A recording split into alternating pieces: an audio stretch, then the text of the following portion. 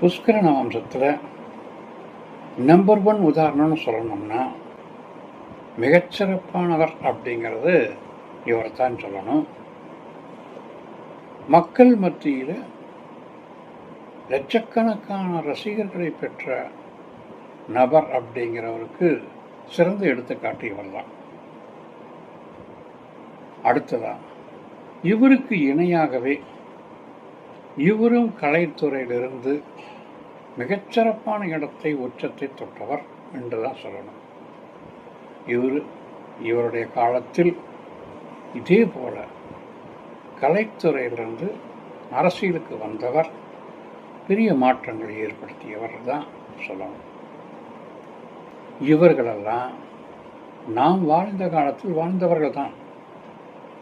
இப்போ அவர்கள் நம்மை விட்டு போனாலும் மனித மனங்களிலே, இதயங்களிலே தெய்வமாக வாழ்ந்து கொண்டிருக்கிறார்கள் என்பது சந்தேகமே இல்லை. அதற்கு காரணம் புஷ்கரண வம்சமே. அதேபோல சாதாரண நிலையிலிருந்து இப்போது வாழ்ந்து கொண்டிருக்கூடிய அடுத்த உதாரணம் சொல்லணும்னா இவரை சொல்லலாம். இவரும் ஒரு சாதாரண வாழ்க்கையில் இருந்து மிக உயர்ந்த இடத்தை பிடித்து மக்கள் மத்தியிலே, ஏன் உலக நாடுகள் அளவிலே மிகச்சிறப்பாக செயலாற்றிக் கொண்டிருக்கக்கூடிய ஒரு உதாரண நபர் என்றே சொல்லலாம்.